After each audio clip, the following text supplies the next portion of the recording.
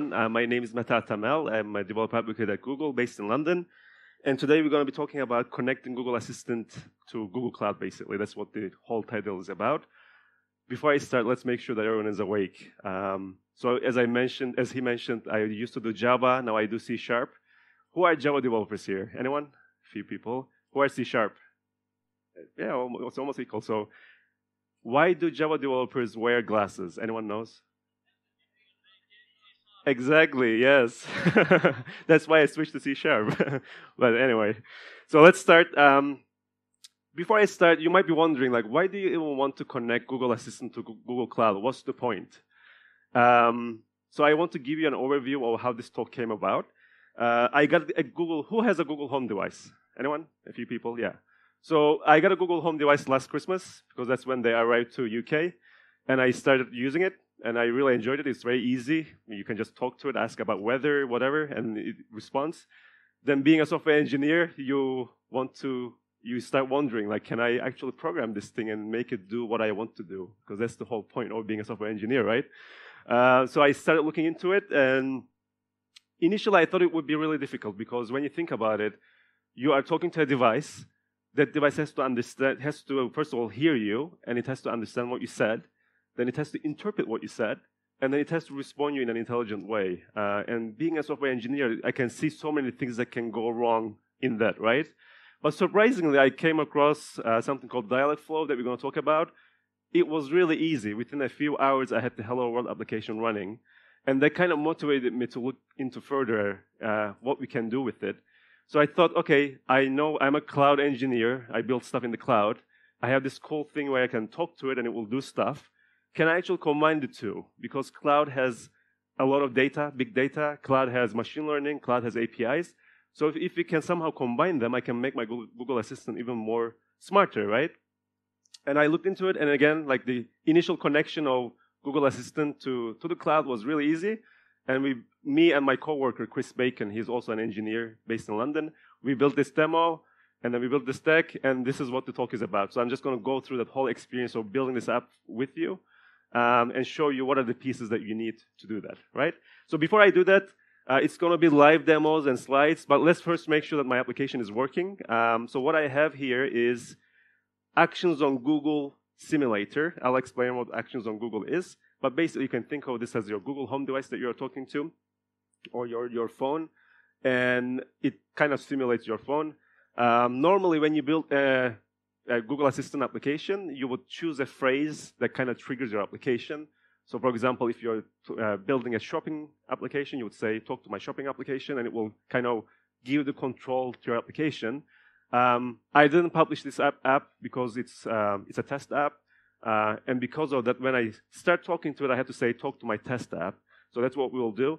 The good thing about this simulator is that you can actually talk to it, or you can type it. So we'll see. Sometimes I'll cheat and type, because in a conference setting, sometimes it doesn't understand what I say. So we'll see. So let's start with talk to my test app. Talk to my test app. All right, getting the test version of my test app. Hello from Google Home meets .NET Containers app. So that phrase, hello from Google Home meets .NET Containers, is from my app, so I know that now the control is in my app. So let's try something else. Say hi to everyone. Hello everyone. It's great to be here at DevFest Ukraine in Lviv. Yeah, so it works. That's a good start. By the way, this is the front end of my application that I'm going to show you as well. So whenever I talk to it, sometimes it will say things, sometimes it will show things, and this will be the place where it shows things. It's a ASP.NET Core web app, basically. So my app is working. So let me just give you an overview of this application before we get into details. So this is kind of how the app architecture looks like.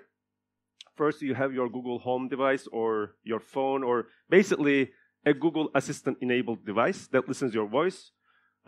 Google Assistant picks up your voice, and at that point, it decides whether to handle it within Google or whether it needs to pass it to some other place. Because if, for example, if you want to ask for weather, Google has that information, so Google Assistant will handle it directly. But if you switch to your application, like when I say talk to my test app, then it can pass the control to your application. Now, in this case, I'm using something called Dialogflow. So to extend Google Assistant and add your application, you would use something called Actions on Google. That's the SDK that you would normally use. But there's something called Dialogflow that wraps that, and that's what I used. And I'm going to explain why I chose Dialogflow instead of Actions on Google. But the control goes to Dialogflow. And then Dialogflow, again, similar to Google Assistant, it will decide whether it will handle the request directly or whether it can pass it on, right? So in some cases, when I say, for example, say hi to everyone, Dialogflow is the one that will handle that. But I can also send it to anywhere I want. It can make an HTTPS call. And this HTTPS call can run anywhere. It can run in Google Cloud, like that's what I use here, but it can also run on Azure or any other place where you can handle HTTPS calls. In this case, I have an ASP.NET Core application. It's a containerized application running on App Engine, and it has integration with Vision API for machine learning detection. It has integration with Google Search to search for images. It has integration with BigQuery to do big data analysis.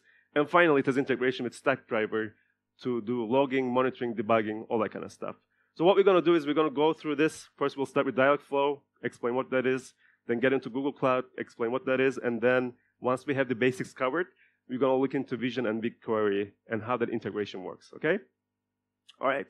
So first, let's talk about conversational apps. So for conversational apps, I use Dialogflow. And what is Dialogflow? Dialogflow, it's an end-to-end development platform for building conversational apps. And by conversational, I mean text-based and voice-based applications as well. So I'm talking about chatbots. I'm talking about Google Assistant applications, things like that. I chose Dialogflow because, first of all, it has integration with many platforms. So it has integration with Google Assistant, and that's what I use. But you can also write chatbots for Messenger and Skype and Slack and things like that. So it's a good platform where you want to write an app once and deploy it to many different platforms. It works on many devices, so it can work on your phone, on your Google Home, anywhere where Google Assistant is enabled if that's what you want. And it also works around the world. So it's not just a US-only service, or it's not just Europe-only service. It works anywhere pretty much. It's a channel for Google Assistant. So as I mentioned, the easy way to extend your Google Assistant and add your application is through something called Actions on Google. It's an SDK. It's a library that you can use to extend it. But it's very limited. It can kind of recognize your voice, and you can take actions on that voice, but it doesn't have much intelligence to it. On the other hand, Dialogflow has machine learning built into it, so it can not only recognize your voice, but it can also pick out the entities from your voice. For example, if you say something like, book a flight from Los Angeles to Hawaii for less than $300, it will first capture that, but it will also pick out the entities from this sentence. So for example, Los Angeles, it's a city, so it will pick that as GeoCity. Hawaii, it's a state, so it will pick that as GeoState US. And $300, it's amount, but it's also a special amount. It's a currency, so it will pick that out as amount 300 and currency US dollars. So your request will have this intelligence in it, and you can take that and use it in your applications. So because of this, I wanted to use Dialogflow because it makes it really easy, basically, to pick what the user said. All right, so now let me show you the Dialogflow console. So first, when you start in Dialogflow, you would start with an agent. You can think of agent as the project or your application. So in this case, I have two agents. The Hello Dialogflow is the Hello World agent that I have, and Google Home Meets.NET agent is the agent that we built. The agent has like basic information like the time zone, the description, the API that it's using. I'm using the latest API. It has languages, so English is the one that I chose here, but it supports multiple languages. It has some machine learning settings that I haven't really changed. And also, it has an export and import feature. So you can create your agent, set it the way you want, and you can export to a zip file, and someone can take that zip file and import into your project. By the way, I haven't mentioned, the slides of the talk are already public on my Twitter. So if you search my name, they're already public. And also, the code for the application is already on GitHub. So again, if you search for my name, you will find it on GitHub. And my agent zip file is already there, so you can take my agent and use it yourself as well. And all the instructions on how to set this up is already there. So you can export your agent and give it to someone, and someone can import that agent. So that's the minimal setup. And then once you have your agent, you have to tell your agent what it's supposed to do. And you can do that through something called intents. You can have as many intents as possible, but there's two default ones. First of all, the welcome intent. It's when you say talk to my test app, this is the intent that gets triggered. So it will get in here, and the response is hello from Google Home Meets.NET Containers app. So this is an intent that's directly handled within Dialogflow. There's also a fallback intent. So if you say something that Dialogflow doesn't understand, then it will get in here and it will say one of these phrases, like, can you say that again? Sorry, I didn't get that, things like that. And then you can create your own intent. So there's an intent called greeting.conference. So in here, if I say something like, please say hello to everyone, greet everyone, say hi to everyone, things like that, it will just say, hello everyone, it's great to be here at DevFest Ukraine in Lviv, right? By the way, these are training phrases, so they're not, it's not the full list. So you're just giving examples to Dialogflow and telling Dialogflow, if you hear something similar to these phrases, then trigger this intent. So it's not the full list, but it's just training phrases, right? So that's how I got Dialogflow to say that, you know, it's great to be here in Lviv today. So that's Dialogflow in a nutshell. Let's go back to our presentation. So as you can see, it's very easy to create an agent, create an intent, and get Dialogflow respond to that intent. At that point, I wanted to connect my app to the cloud. So now let's look at that. Like, how do you actually run code in Google Cloud, and what options do you have? So our app is, as I mentioned, it's running on App Engine. But when you want to deploy code to Google Cloud, this is kind of the spectrum that you have. On one hand, you have Compute Engine.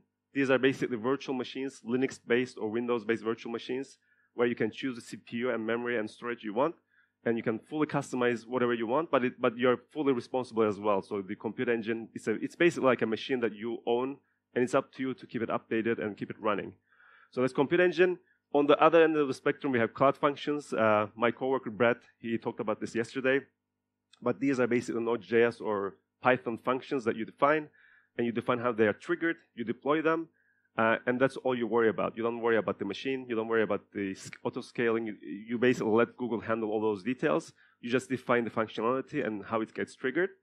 And in the middle, we have Kubernetes Engine and App Engine. This is when you run containers, and my app is a containers application. So the idea of App Engine is that you basically just define your container, your Docker file, and it'll tell Google, just run this container, and by default, it will run it on 2 virtual machines, but it can scale up all the way to 20, and you have nice features that I'll talk about on App Engine. So it's the easiest way to run containers, and that's what I chose to do in this application. But if you want to have more control, then you can use Kubernetes, and we have a managed version of that called Kubernetes Engine. So these are the options you have. I talked about App Engine already, so you just deploy your code and let Google handle it. You get dashboards, versions, traffic splitting, and auto-scaling. And Kubernetes, or Kubernetes as they say in Greek, it's the open source container management platform.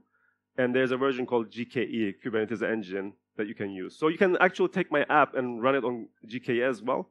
But I chose to run it on App Engine because it's good enough for me and it's easy enough as well.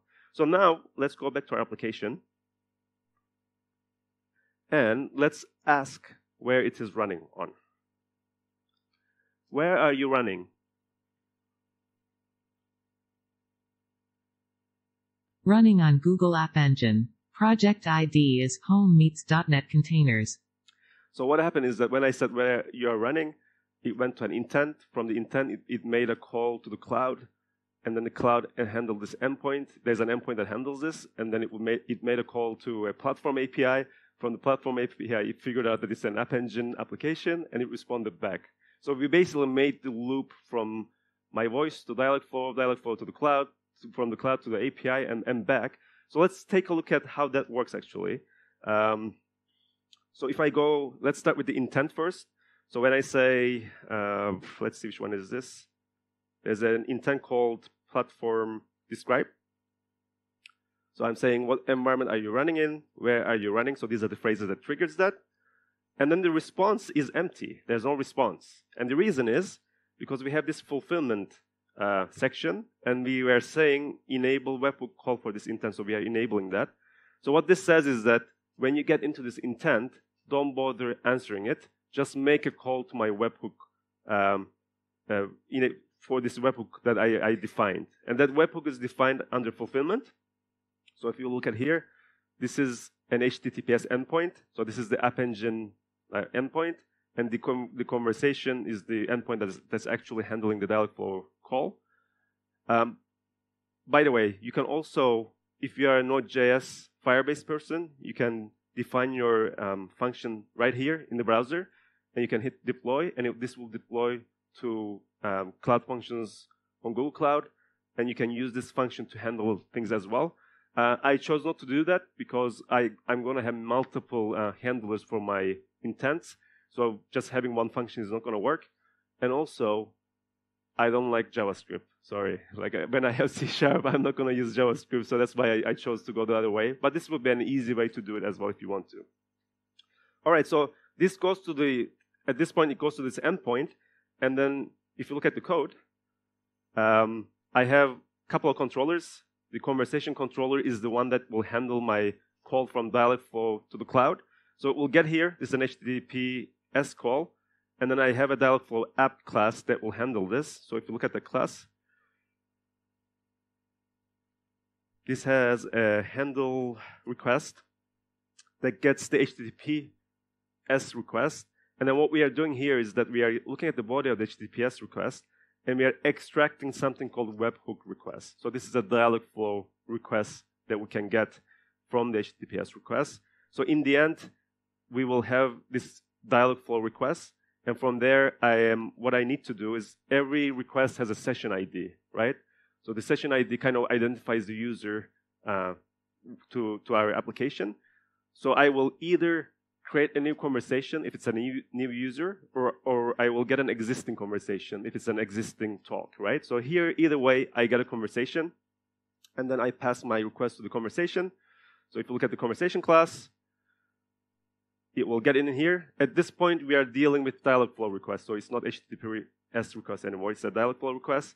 I get the intent name from the request, so this is the intent name, and then I find a handler for the intent. So now I need to handle that request, right? And how do I find the handler? I mean, you can look at the code if you want. It's like this. But at the end of the day, what it does is, let me show you the intent handler for platform. So if you look at this platform describe handler, it's the thing that handles where are you running. At the top, there's an intent tag that says platform.describe. So the value of this intent tag matches the name in Dialogflow. So because of the names match, it will find the handler and it will get in here. So now we will have the request here. Then we'll make a call to Google Cloud to get the platform. And let me make this. And here I do two things. I do Dialogflow show. So when I do this, it will show in my web page where I am running. And then I'm returning a response, webhook response. And in this response, I have a fulfillment text, and I'm passing the description. Basically, I'm running on App Engine. So by sending a webhook response back to Dialogflow, and by setting this fulfillment text, I am making Dialogflow speak, basically. That's how you make it speak. You just return a response with fulfillment text, right? And that's it. And it goes back to Dialogflow, and Dialogflow says it. So this is the flow from Dialogflow to the cloud and back to Dialogflow, all right? All right, let's see. Okay. Now we are getting into the interesting parts, hopefully. So we make the connection to the cloud. And now with the cloud, I can do much more. The first thing that I want to do is machine learning, and then we're going to look at some big data stuff as well. So if you want to use machine learning in your applications, you basically have two choices. And I call these easy choice and the hard choice. The easy choice is that you don't really do machine learning. You don't really gather data. You don't really worry about training your model with the data, all that kind of stuff. You let someone else figure that out, and you just use their trained model, right? So that's the easy way of using machine learning. But in some cases, you actually want to build your own machine learning because maybe the machine learning model that's given to you, it's not doing what you want. So because of that, you might need to create your own model and train it. So in that case, you would use TensorFlow usually, and then you would use Google Cloud Machine Learning Engine to train it and also create an endpoint to serve your model. Thankfully, Google Cloud has a bunch of machine learning APIs for translation, for speech to text, for text to speech, for vision, all that kind of stuff.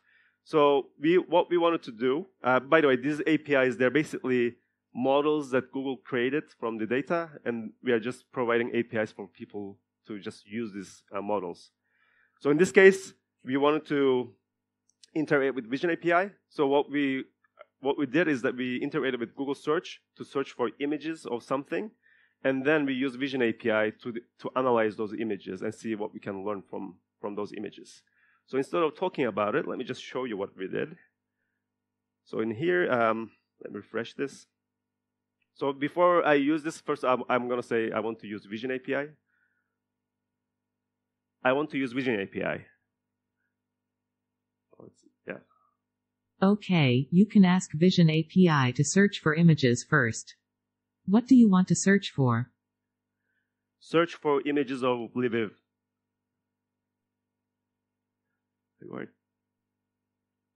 Found some pictures of Lviv. Now, select a picture. So it used Google Custom Search to pull these images. Picture 3. Picture to eat. Found some pictures of eat. All right. Now, select a picture. Now, that's why I love this simulator, because what we can do is search for images of Lviv. Yes. Found some pictures of Lviv. Now. Yeah.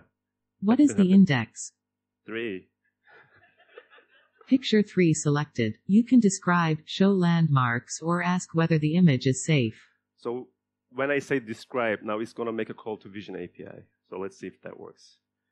Describe the image.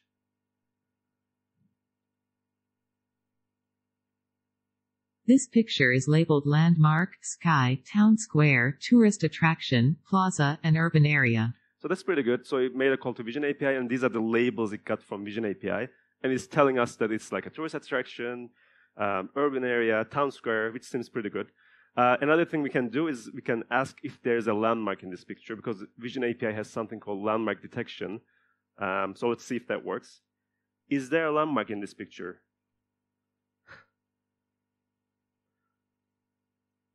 I have to type again. This picture is labeled landmark, sky, Right. town square, tourist attraction, plaza, and urban area. Let's imagine I said that. This picture contains the Lviv Theater of Opera and Ballet. Yeah, which is pretty cool. So from the picture, you can figure out that if there's a landmark or not. Yeah, thanks to Vision API. And the last thing that we can do is there is safety detection in Vision API. So you can detect whether an image contains adult images or whether it's like a violent image, things like that. So let's just ask whether this image is safe. Is the image safe?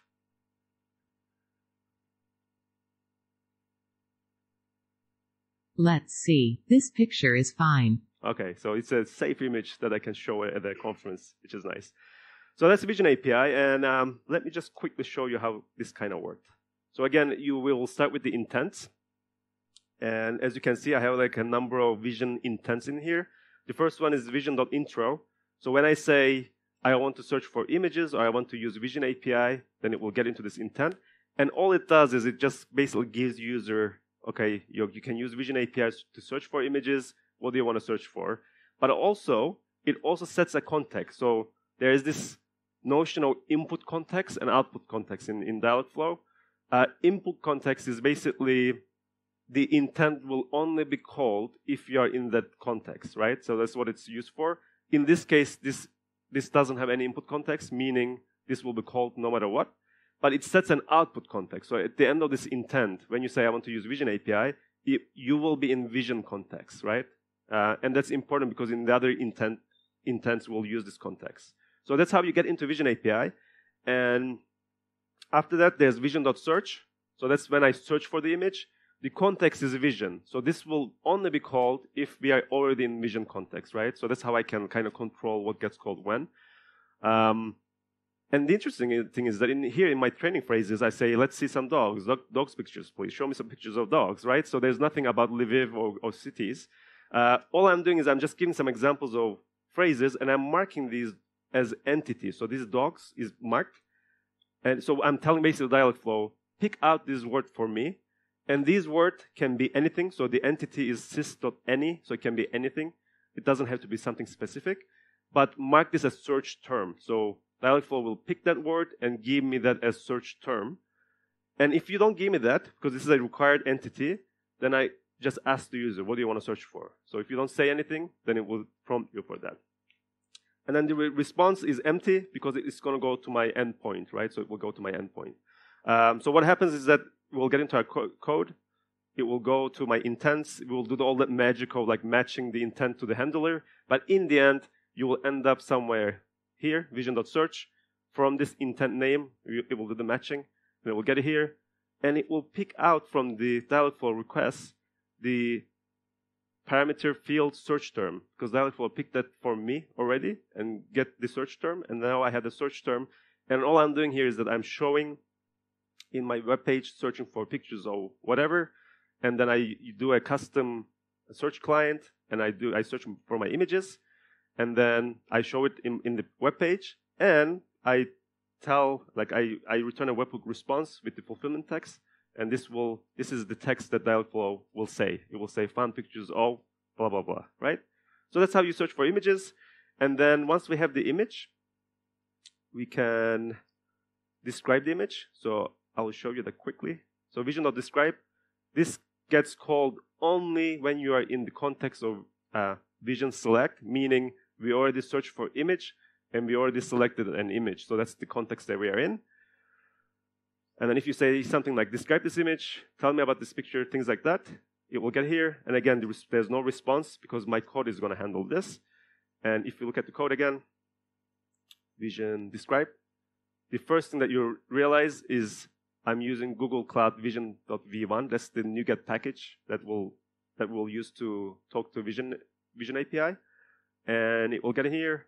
We create a Vision client, so it's just a client that we'll use to talk. And then we make a call. We say detect label async, and we pass in the image URL.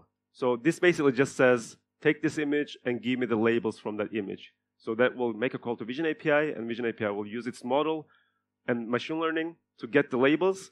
We'll have the labels, and we will just say, this picture is labeled, and then whatever label we got from Vision API, right? So with a single API call, I did machine learning, which is nice. And if you look at the landmark detection, so vision.landmark, it's pretty much the same kind of code, except instead of calling detect labels, I say detect landmarks, and this will give me the landmarks. And then the safety handler, again, it's the same kind of code. Instead of doing landmark detection, I just say detect safe search async, and that will give me whether the images are safe or not, and it will tell me how likely it is that it's a violent image and how likely that it's an adult image, things like that. And I will just construct my response. And then if everything is good, I will say it's likely this picture is that, or otherwise I'll just say, oh, this picture is fine, right? So that's kind of the flow. I'm going really fast because there's a lot to show, but you can look at the code on GitHub if you want to. So that was kind of easy. Next thing that we wanted to do was BigQuery. And I won't talk too much about this because Brett yesterday, he talked about BigQuery, and the guy before me, he also talked about BigQuery. But the whole idea of BigQuery is that it's Google's massively parallel data warehousing solution. It's fully managed. All you need to do is you point to your data, you ingest the data, and then behind the scenes, we store that data in a lot of storage, and we have lots of compute, and you run SQL queries against it, and we optimize that query, we split it into many queries, and we give you a result as fast as possible. So that's the whole idea of BigQuery, and it's fully managed, so you don't have to worry about machines or clusters or things like that. And one of the things that BigQuery has is the public data sets. So we have data sets from GitHub, so everything that happens on GitHub, we ingest that, and you can run queries against that. We have things from Hacker News, everything that happens on Hacker News, we ingest that. So there's a lot of public data sets for everything. So we chose two of them for our application. First one is Hacker News. We wanted to search for news on Hacker News. And the second thing is that there's a public data set for global temperatures. So for every city or every country in the world, there's a data set that keeps track of the global temperatures for every single year. So we wanted to use that in our application. So let me again show you what we built instead of just talking about it. So go back here. So let's just say I want to use BigQuery. Okay, you can ask Vision Oh, no. API to search for images first. All right. Maybe What I'll do try you my want to voice now. search for? I want to search for news. Okay, you can ask BigQuery about top hacker news or global temperatures on a certain day. All right, so now we are in BigQuery context. Let's go with the hacker news first. What was top hacker news on May 1st, 2018? Now it's constructing the BigQuery SQL. Scanned 0 megabytes in There's a 1.0 bug. seconds. The top title on Hacker News was titled, Amazon Threatens to Suspend Signal's Oz Account Over Censorship Circumvention. Yeah, so what happened here is that from my voice, it constructed the SQL statement against the public data set for Hacker News. There's a bug, that's why it says scan 0 megabytes, but it actually scanned a lot of data. And the date is May 1st, and then it displayed the first 10, right? So let's try one more. Maybe this time it will tell us the right scan. What was top hacker news on June 1st, 2018?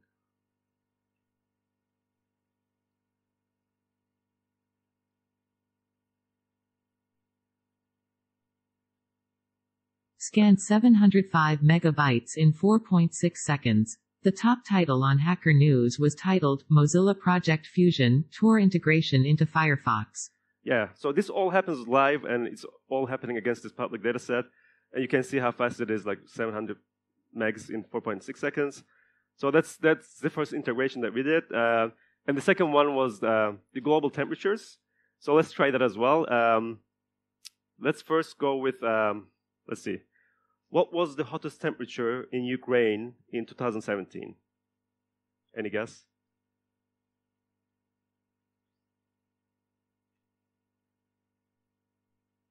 Scanned 5,281 megabytes in 3.3 seconds.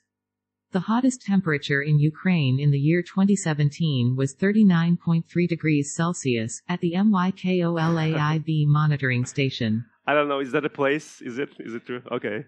So that sounds about right. You can see that the query is a little bit more complicated this time. And also we are running against another data set that's called NOAA, whatever. So that's like the global temperatures data set. And the country is UP. I guess that stands for Ukraine for some reason. And the year. And I know it gets real cold here. So let's see what was the coldest temperature. What was the coldest temperature in Ukraine in 2016? Any guess? 35, oh my god. Scanned 5,281 megabytes in 2.4 seconds. The coldest temperature in Ukraine in the year 2016 was minus 25.0 degrees Celsius at the KOLOMAK monitoring station. Yeah, it needs to work on Ukrainian a little bit, but yeah, you get the idea. And again, let's see how much time I have. Yeah, I can show you just quickly how this kind of works. Let's start with the Inturns again. So BigQuery intro, same thing. I just say I want to search for temperatures or for news. It will set this context of BigQuery. Then we have BigQuery Hacker News. So in Hacker News, it only gets triggered when you're in BigQuery context. And the training phrases is like what was on Hacker News yesterday, or what was top Hacker News yesterday, or there's also a date. But the interesting thing in here is that these are marked, and the entity this time is I'm saying it has to be a date. So if you say something like, what was top Hacker News foo, then it will say, no, that's not a date. Which date? So it will prompt you for a date. But it will pick that as a date, and then it will give you that as a date in your code as well, and you can use that to do your search. So that's Hacker News. And the other one, the global temperatures, is a little bit more complicated. In here, we have 3 entities. So what was the hottest temperature in France in 2015? Or in 2015, what was the coldest temperature in France? But if you look at these entities, first, the country has to be a geo-country code. So it has to be a country, basically. You can't just say, what was the hottest temperature in Lviv, for example. It has to be a country. And if not, it will prompt you for that. The second one has to be a date, where we get the date, but we pick the year from the date.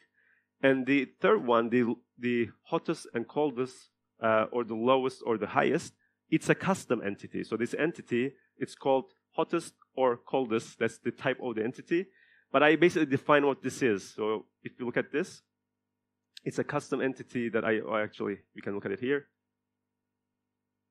So it's an entity, and I get to define what it is. So I say it can be hottest or highest, or it can be coldest or lowest. So you define what it means to be, and if the user doesn't say any of these, then it will prompt you for that.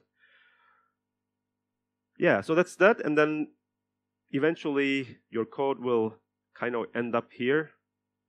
We will use the BigQuery NuGet package. It will get here. We will pick the date. We will create a BigQuery client. We will get the table, public data, Hacker News, construct the SQL statement, pass in the date, run the result, and then return a response. That's how it is. And you can look at the details of the code later. This one is also the same. The global temperatures, it's almost the same thing, except we have to extract more stuff from the request. And then we have to construct a little bit of different like SQL statement. And then response is, web response. All right? All right. How much time? 10 more minutes, maybe? All right, so this is all fun. It was quite easy to connect to the cloud. And then once you are in the cloud, you can pretty much do whatever you want. So I just want to show you a couple of things that you could do. But the possibilities are amazing. But you need to maintain this app as well, right? Like, it's not always fun to maintain the app. But thankfully, there's something called Stackdriver for monitoring, logging, debugging, and error reporting and tracing. So it's like a combination of, it's like a suite of things put together to help you to maintain your application. So that's what I want to show you here. Like, if you want to use Stackdriver and if you want to get all these like monitoring, logging, debugging, how can you do that? So the first thing that you need to do is, if you look at in my code, in startup, actually in program. So when I create my web host, I do use Google Diagnostics, right? And I pass in my project ID, my service name, and the version of my application. And with that, I get Stackdriver enabled, basically. So that kind of enables Stackdriver for me. And then since this is a containerized application, I have a Docker file. And in the Docker file, when I start my application, normally I will just say .NET and point to the DLL, the library.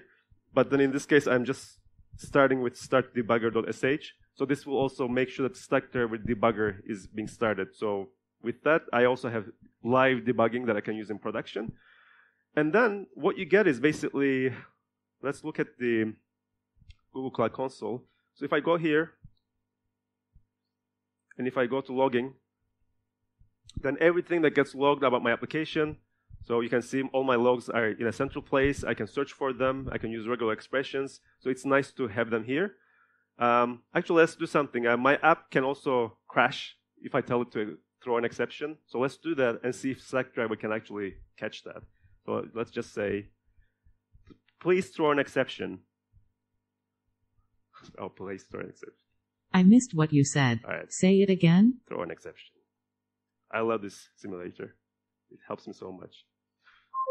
My test app isn't responding right now. Yeah. Try again soon. Because it crashed. Yeah. But the good thing is, we can see that.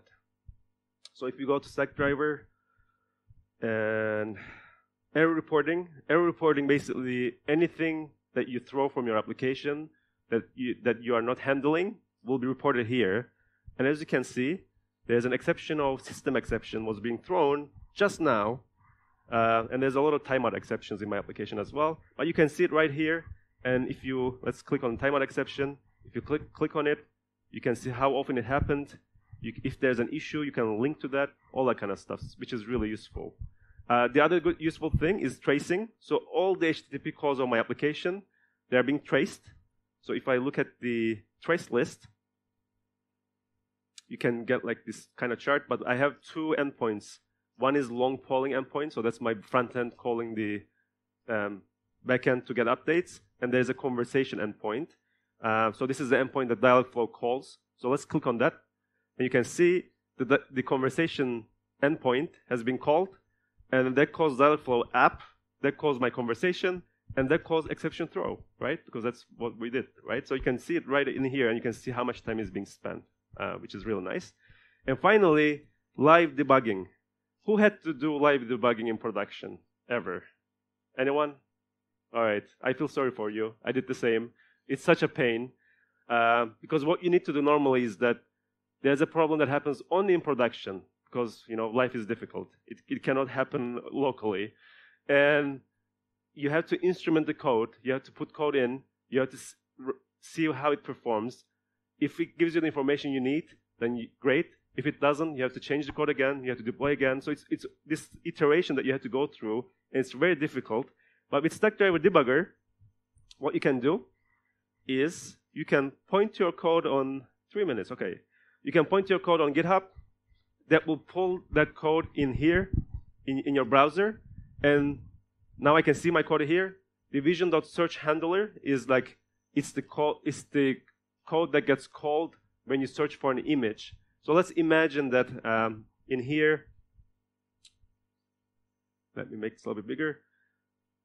When we say search for images of London, we will basically get here with the search term. So let's imagine that there's a problem with the search term. You can put a breakpoint here, and what's happening is that the Stackdriver, now you put a breakpoint, it's waiting for a snapshot to be hit. When I search for things, it will get here, it will capture the state of the application, it will display it here, but it won't stop your application. That's the key thing about Stackdriver, is production debugging. So let's just see if this works, and we'll end the talk like that. So talk to my test app. Sure, here's the test version of my test app. I want to... Hello from Google Home meets .NET. I want to use Vision API. Okay, you can ask Vision API to search for images first. All right, what ready? do you want to search for? I want to search for images of London. We do that. And as that's happening, let's go here. And it's waiting for the snapshot. Found some pictures of London. There you go. Now, So- select a picture. So the app is still running, but I got my search term, and search term says London. So this is very useful for debugging. All right? And the last thing I want to do, where's my... So that's Stackdriver. Last thing I want to point out is that there's actually a Google Cloud team in Ukraine, in case you didn't know. This is their email. So if you have any questions about Google Cloud, please reach out to them on this email. And very last thing I want to do is that I know I was coming to Ukraine, and I don't speak Ukrainian. What I did is that I did an integration with Translation API. Translation API is Google's another machine learning API to do translation from English to any language. So I want to end my talk with that and see if that works. How do I say thank you in Ukrainian? Let's see. Spasibi. Oh, sorry. Is that Russian? I'm sorry, it messed up. But anyway, we tried. So yeah, thanks very much. As I mentioned, these slides are on Twitter, and the code is on GitHub. And if you have any questions, I don't think we have time. If we have, I'll answer here. But if not, I'll be outside so I can answer there as well. Thank you.